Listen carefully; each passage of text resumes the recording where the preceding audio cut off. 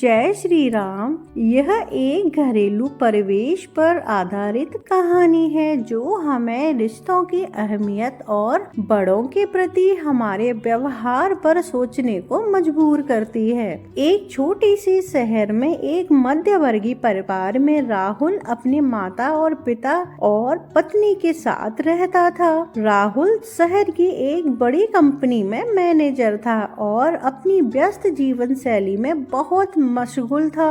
उसके पिता पंडित दीनदयाल नाथ अब काफी बुजुर्ग हो चले थे और घर के एक कोने वाले कमरे में अपना समय बिताते थे। राहुल की पदोन्नति हुई यानी कि पद आगे बढ़ा तो उसने तय किया कि वह अपने पुराने घर का नवीनीकरण यानी कि रेनोवेशन कराएगा। घर में नया फर्नीचर, मॉडर्न पेंट और आधुनिक गैजेट्स आने वाले थे। राहुल की पत्नी प्रिया भी इस बदलाव को लेकर बहुत ही खुश थी, उत्साहित थी। सफाई के दौरान राहुल की नजर स्टोर रूम में रखी एक पुरानी लकड़ी की अलमारी पर पड़ी। वह अलमारी जगह जगह से घिस चुकी थी और आधुनिक घर में फिट नहीं हो रही थी। राहुल ने झल्ला कर कहा, इसे कबाड़ में दे दो, यह बेकार का सामान घर में पड़ा है, रौनक खराब कर रहा है, इसकी हमें कोई जरूरत नहीं है। जब दीनदयाल जी को यह बात पता चली तो वे धीरे धीरे चलकर राहुल के पास आए।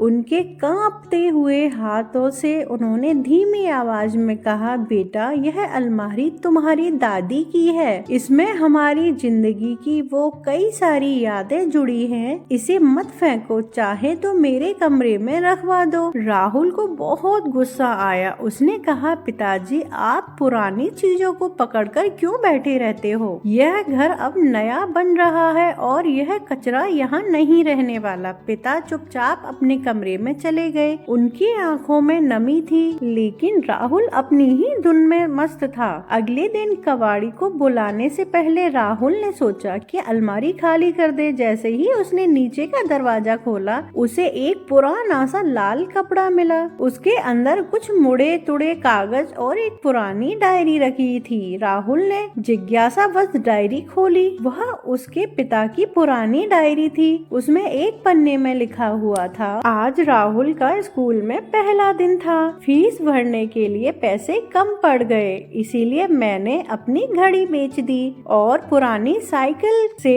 काम चलाने का फैसला किया। आज राहुल की मुस्कान देखकर सारा दुख ही मिट गया। अगले पन्ने पर लिखा था, राहुल को कॉलेज की ट्रिप पर जाना था, मेरे पास जमा पूंजी कम थी लेकिन मैंने दादी की दी हुई इसी अलमारी के गुप्त खाने में रखे हुए कुछ जेवर बेच दिए ताकि मेरा बेटा अपने दोस्तों के सामने छोटा महसूस न करे। राहुल सन्न रह गया। वह एक एक पन्ना पलटता गया। हर पन्ने पर पिता के त्याग और उसी पुरानी अलमारी से जुड़ी हुई कोई न कोई कुर्बानी लिखी थी जिसे राहुल कबाड़ समझ रहा था। वह तो दरअसल उसके सफल भविष्य की नींव थी। राहुल की आंखों में आंसू आ गए। उसे एहसास हुआ कि नई चमक धमक के चक्कर में वह उन जड़ों को भी काट रहा था जिन्होंने उसे फलने फूलने की ताकत दी थी। वह दौड़कर अपने पिता के कमरे में गया और उनके पैरों में गिर गया और जोर जोर से रोने लगा। राहुल ने रोते हुए कहा, पिताजी मुझे माफ कर दीजिए, मैं घर की सजावट में इतना अंधा हो गया था कि इस घर की असली नींव यानी कि आपकी भावनाओं को ही भूल गया था। पुराने लोग और पुरानी चीजें अक्सर हमारे जीवन का आधार होती है। आधुनिकता की दौड़ में हमें अपने संस्कारों और बड़ों के त्याग को कभी नहीं भूलना चाहिए। घर की दीवारों से नहीं बल्कि अपनों के प्रति सम्मान और यादों से बनता है नया घर। उम्मीद है आप कहानी का सार समझ गए होंगे। अगर कहानी अच्छी लगी हो तो चैनल को सब्सक्राइब करना, वीडियो को लाइक करना, बेल आइकन ऑल पे दबाना। जय श्री राम।